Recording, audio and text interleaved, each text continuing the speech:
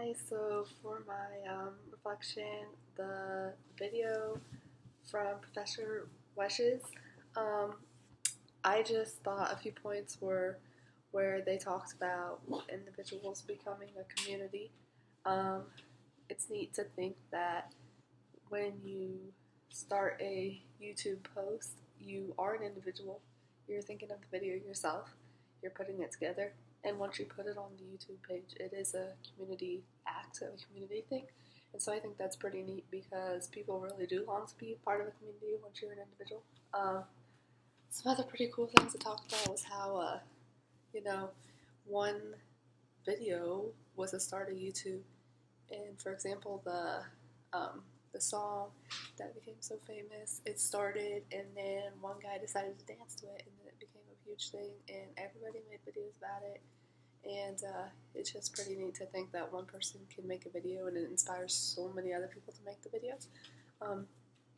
For the podcast I listened to one. It was called something about why school should start later for teens, and it was pretty neat. It was a lady who is a dream researcher, a dream analysis specialist lady, and she just talks about how when classes start early, how it affects teens, and that she compared it to it really is like equivalent to an adult. It's like them waking up at 4 in the morning, and it's really neat because you really don't think of it that way. That when a kid wakes up at 6, it's like an adult waking up at 4.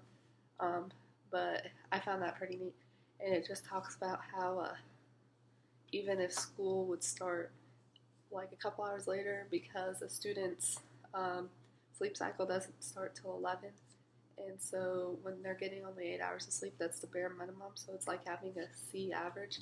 It's really not doing your child any good to let them have 8 hours of sleep. They should have 9 or 10 hours of sleep a night, so pushing school back a little later, their sleep process will start at 11, and it delay their time, and it definitely give them more time to sleep. I definitely think that using tools like podcasts in the classroom can be a really interesting tool, or blogging.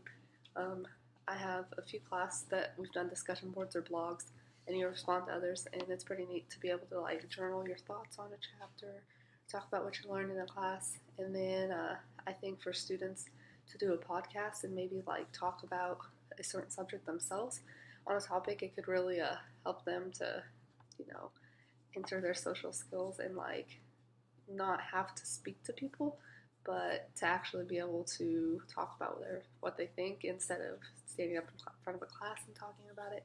And the cloud-based bookmarking tool that I used was the Pocket thing, and I'm still not 100% sure what all it is about, but I think it's pretty neat that you could save it, and that way it stores forever instead of losing it when you get a new device. And so, yeah, that's my reflection, guys.